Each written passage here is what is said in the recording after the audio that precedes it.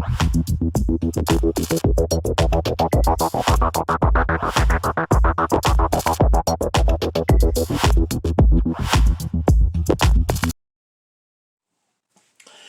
what's going on, everybody? Welcome to Daniel's Domain. My name is Brian, and I know I said about a month ago I'd be doing some videos on here, and I haven't done an actual video yet to talk about what's going on. But I wanted to let you guys know that here at Daniel's Domain, I will be doing my thoughts on the gaming industry, news, discussion. We'll talk about rumors, things that I'm hearing about. And of course, my own personal thoughts on whatever's going on currently in the video gaming industry. But this first video, I want to talk about next generation because we do have a few more months left till this fall. Well, not a few more months. We've got quite a bit of time left before we get to the fall and the release of next gen with the PlayStation 5 and the Xbox Series X, which we know the Series X is coming sometime this holiday season, but we don't know much still about the PlayStation 5. We've got specs for both consoles now are all fully released. All the details around the hardware, with the Xbox Series X being the more powerful console. But there's a lot of people out there that say it doesn't matter if your console is powerful or not. I want to talk about that right here on Daniel's Domain. Like I said before, we're talking about the Xbox Series X and the PlayStation 5. And of both, we only really know a lot more about the Xbox Series X versus the PS5. We don't even know what the PlayStation 5 looks like yet. We have not seen the actual console itself, save for about a few days ago, or about 3 or 4 days ago, we actually saw for the first time the actual PlayStation 5 controller, which is called the DualSense controller. And yeah, I don't know how I feel about this controller yet. I mean, obviously I haven't used it yet. I can't give a full, actual, good review until it's in my hands. I do like the fact, let's talk about the pros. I like the fact that the controller is wider. You know, it looks like it's going to feel good in your hand, as it should. Not that the PlayStation, the DualShock 4 didn't feel good in your hand. But let's face it, hands down, the best controller so far has been, in my strong opinion, and the opinion of thousands of other gamers as well, the Xbox One controller. It has great form fitting in your hand. It's not too big, it's not too small, and I love the placement of thumbsticks. That's the reason why I think the thumbstick placement on PS4 controllers and the PlayStation controllers in general has always been weird, with your thumbs being real tight and right there next to each other, whereas, you know, just something about an Xbox One controller, keeping the thumbsticks apart from each other, it makes it feel more like, you know, each half of the controller is just as important as the other. And the other thing I didn't like about the PS4 DualShock 4 controller was it just was too gimmicky. It had that speaker on it, which really didn't get used for much. Then it had the touchpad, which once again really didn't get used for much. I mean, it was just more of a gimmicky controller than anything else. Whereas Microsoft just kind of kept it simple and provided a controller that just feels good in your hand. And as over the years they've, you know, with the Elite controller coming out with more,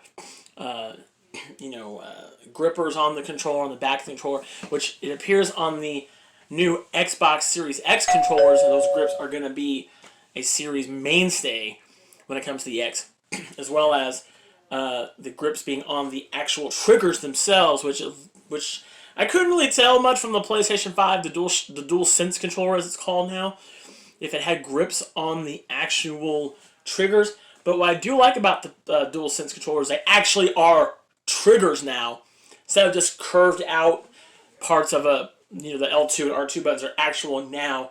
From the way it looks, they're actual triggers, which they should have been all along.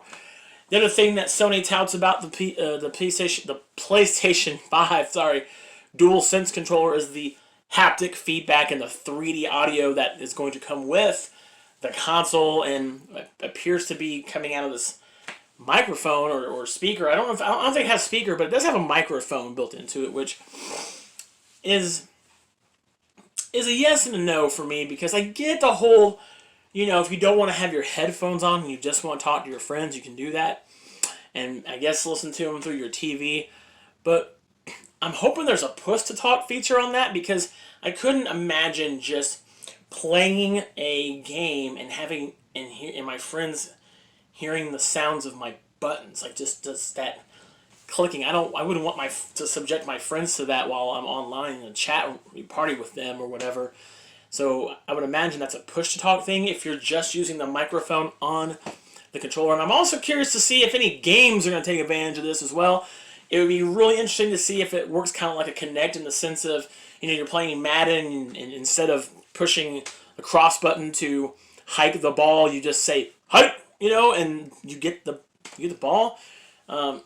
Who knows what this microphone's going to do? I just have a very, very bad feeling, and I'm hoping I'm wrong, that this is just going to be another gimmick, and a poorly done one by Sony. The controller, the look of the controller, I think is just bad. I don't like the design. I want this for design. I don't like the color, the two-tone color scheme. It looks kind of like it's wearing a dress, or a black dress with blue straps is how it looks. But if you go on Twitter, there were some users on there that did put out some possible designs of some color schemes. And I'll tell you this, that black on white looks atrocious. But I do hope there is a solid black colored controller, which I'm pretty sure Sony did mention that there would be. And there could be some other interesting, controllers later on down the road as well. I'm also interested to see what third-party companies decide to come up with controllers for this. It kind of gives me that feeling of that old Boomerang controller, if you remember from E3, when they showed off what it looked like, and they showed that god-awful, ugly-looking Boomerang controller. It was just bad. But all we have right now from Sony is a controller and specs. We don't have exactly what the hardware looks like yet. We don't know what the design of the console looks like. If the controller is any indicator of what the console is going to look like, I really hope I hope the console looks better than the controller. Anyway, that's just high hopes from me. What I'm concerned about, though, is it seems like Sony is just not all that confident this time around when it comes to their console. We saw their really awkward presentation that was for GDC, and it was just really awkward, and they didn't show any video games whatsoever. Now, granted, the Final Fantasy VII Remake is out right now, and it's definitely showcasing the power of the PS4 Pro. I do wonder, though, when the PlayStation 5 is released, sometime this year maybe, will we get a upgraded PlayStation 5 version of the Final Fantasy VII Remake? Who knows? I don't know. I want Sony to succeed. I want all of these gaming companies to succeed. But for me, Sony has always rubbed me the wrong... Well, not always. This generation, they have rubbed me the wrong way as coming off as a highly elitist gaming company. And you know how people make fun of... or PC gamers do that thing called PC Master Race. And there's a certain connotation that comes with that. That same connotation is coming with Sony gamers as well, coming off as very, I don't know, just elitist mindset, as if they're better than everybody else. And let's face it, what really did Sony do to revolutionize gaming this generation anyway? Not a whole lot when compared to Nintendo and Microsoft. Considering Sony was very behind the times, and they were the last of the three to want to enable crossplay. Why would you not want your gamers to play with other people? Are you that elite in your mind that you don't want to get along with the other two? But let's move on to the Xbox, because as much as I do like the Xbox, I like them all, I'm hoping that they're not overconfident, because so far in the last 4 months, they have given us pretty much all the details about the Series X. Although I'm really not too happy still with the name. I think it's really weird, and it's almost the same as the Xbox One X, which I did hear that they've actually stopped producing the One X, so that way consumers wouldn't get confused. I mean, really, how is anybody going to get confused? You just go in and say, hey, I want the new Xbox. Give me the new Xbox. It's really that simple. And I'm almost certain places like Best Buy and etc. are not going to let their customers spend the least amount of money. They're going to want them to buy the newest Xbox. So for those of you out there, and I've seen comments on this thinking that people are going to get confused, and retailers, having myself worked in retail for 15 years, we're going to make sure that our customers are buying the most expensive thing.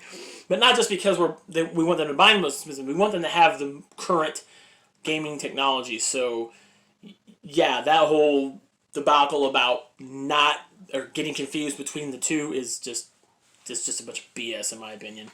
But the Xbox Series X, Microsoft has become confident, and I hope they're not overconfident, because let's face it, this generation, they pretty much screwed the pooch from the very beginning with their E3 conference back in, I believe it was 2013, and it was just all downhill from there when Don Matrick did the reveal and told everybody that if you don't have internet, well, we have a product for you. It's called the 360.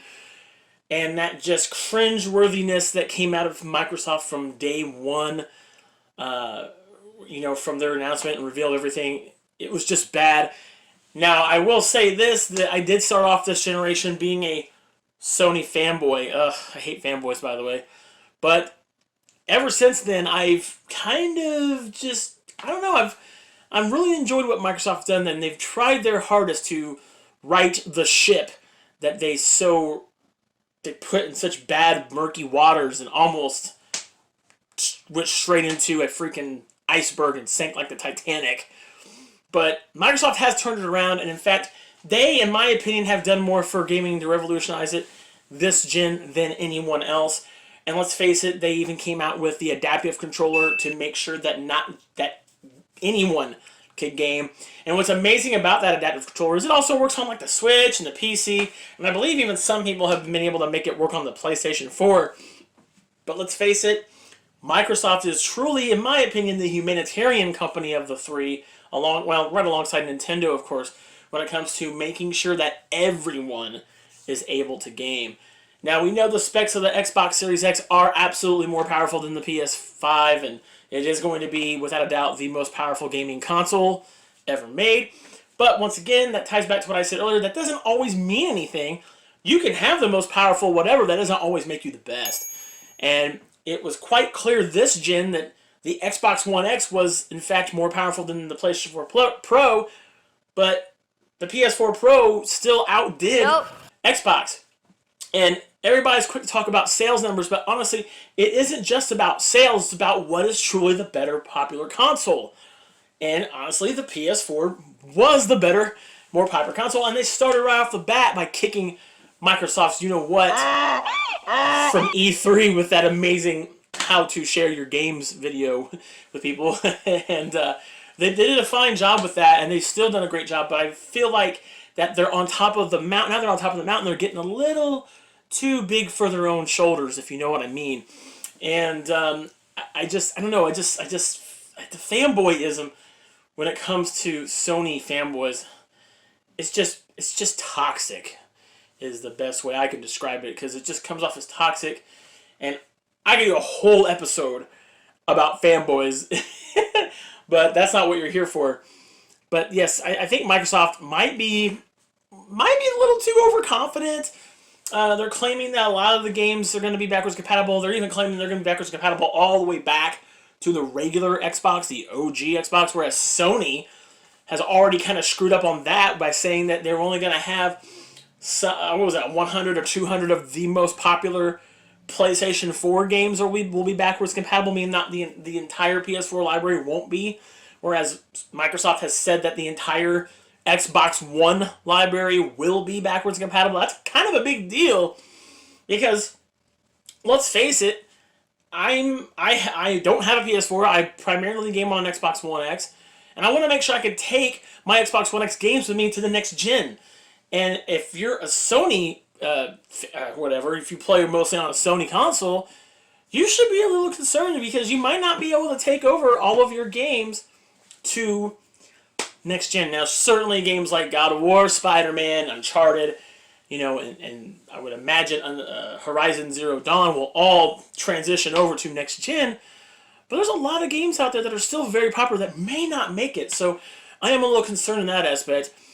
But with Microsoft, I don't know if they're giving too much away. They might want to hold some of those surprises for later.